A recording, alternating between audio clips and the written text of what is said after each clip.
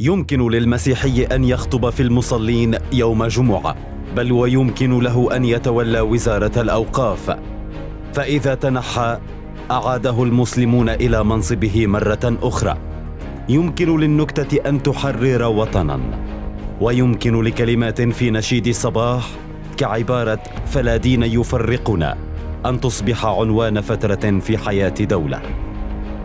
ليس الأمر خيالا ولا حلما بمستقبل دولة علمانية، لكنه ماض حصل وتاريخ لا يعرفه الكثيرون. الزمان بين عامي 1910 و 1962. المكان سوريا.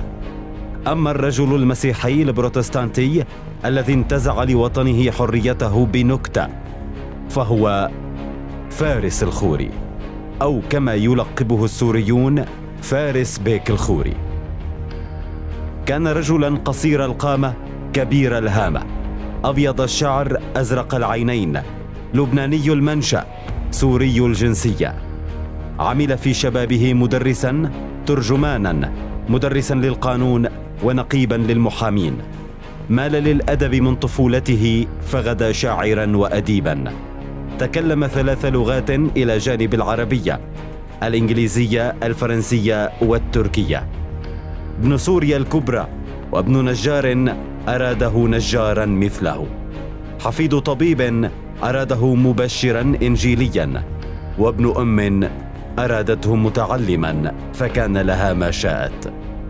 حصل على بكالوريوس في العلوم من الجامعة الإنجيلية في بيروت، ودرس الحقوق. منحته جامعة كاليفورنيا الدكتوراه الفخرية في الخدمة الخارجية، اعترافا بمآثره العظيمة في حقل العلاقات الدولية. من هو فارس بيك الخوري؟ ولماذا حتى يومنا هذا يجتمع السوريون على محبته؟ هو أول عربي يترأس مجلس الأمن الدولي. عرف بذكائه وفطنته وبلوغ حجته بالنكتة والطرفة.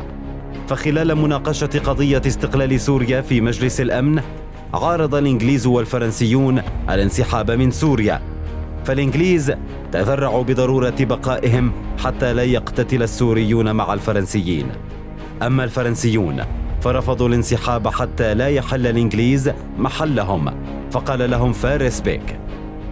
هذا الوضع يذكرني بقصة القنديل الأحمر الذي نصب وسط أحد الشوارع، فسأل أحد الناس: لماذا نصب قنديل أحمر هنا؟ فأجيب أنه نصب لكي لا يتعثر أحد المارة بالحجارة التي نصب عليها القنديل. ثم سأل: ولماذا وضعت الحجارة؟ فقيل له: لينصب عليها القنديل. ضحك أعضاء مجلس الأمن لهذه النكتة وأقروا الجلاء بعد شهرين. وبعدها بشهرين في مجلس مماثل جلس الخوري في مقعد السفير الفرنسي محدقا في ساعته، غير آبه بصراخ السفير وكلماته اللاذعة، يطالب البيك بمغادرة المقعد على الفور. لم يكترث لكونه في مجلس الأمن، ولا أعار تعجب السفراء الآخرين اهتماما. بقي جالسا 25 دقيقة ثم تنحنح من مكانه. اقترب من السفير ناظرا في عينيه بابتسامة عريضة وقال: سعادة السفير، جلست على مقعدك لمدة 25 دقيقة، فكدت تقتلني غضبا وحنقا، وسوريا استحملت سفالة جنودكم 25 سنة، وآن لها أن تستقل.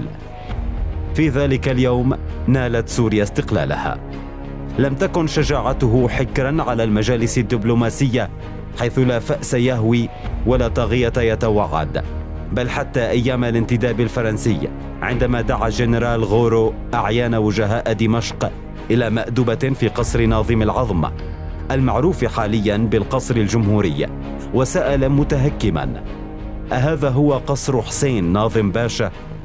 ليجيبه فارس متحديا: نعم يا صاحب القامة، هذا هو القصر الذي سكنه الملك فيصل، وقد بناه وال عثماني اسمه نوري باشا، ثم حل فيه جمال باشا، والآن تحلون فيه فخامتكم، وجميع من ذكرتهم أكلنا معهم في نفس القاعة، وكلهم رحلوا وبقي القصر وبقينا نحن.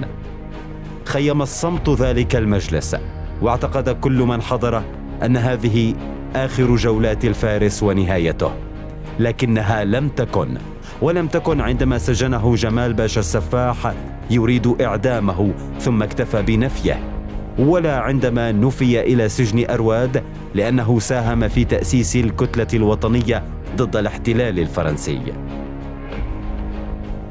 فارس مسيحي الديانة، سوري الانتماء، لم يقع في فخ الطائفية.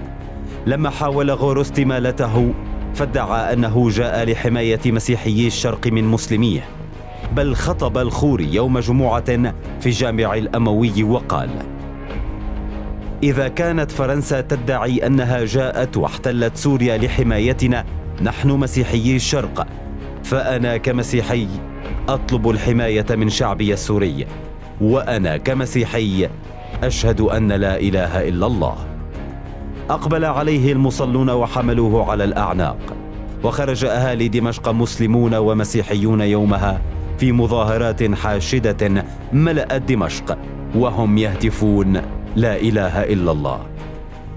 لم يدافع عن وحدة سوريا ولا عن ترابها فقط، بل دافع عن اقتصادها أيضا، فلما عين وزيرا للمالية ل3 وزارات في حكم الملك فيصل ربط العملة السورية بالذهب ليحميها من الصعود والهبوط، كما حصل في مصر آنذاك، ودافع عن مياه الفيجة، فرفض منح امتياز مشروع المياه لشركة فرنسية، ورفض مشروعا تجاريا سوريا، وقدم في اليوم التالي مشروعا وطنيا خدميا تكون فيه المياه ملكا للشعب.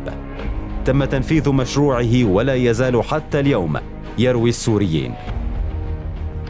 دافع عن مقدسات شعبها لساعة كاملة ضد النائب التركي أيام الدولة العثمانية الذي أراد تغيير الأنظمة بمخالفات جوهرية للشريعة الإسلامية. دافع الخوري حتى خلع النائب التركي أحمد أفندي عمامته وألبسها لفارس وقال: هذه العمامة تليق بكم أكثر مما تليق بممثلي الإسلام في هذا الموقف. تولى السلطة التنفيذية في سوريا مرتين، وتولى وزارة الأوقاف الإسلامية.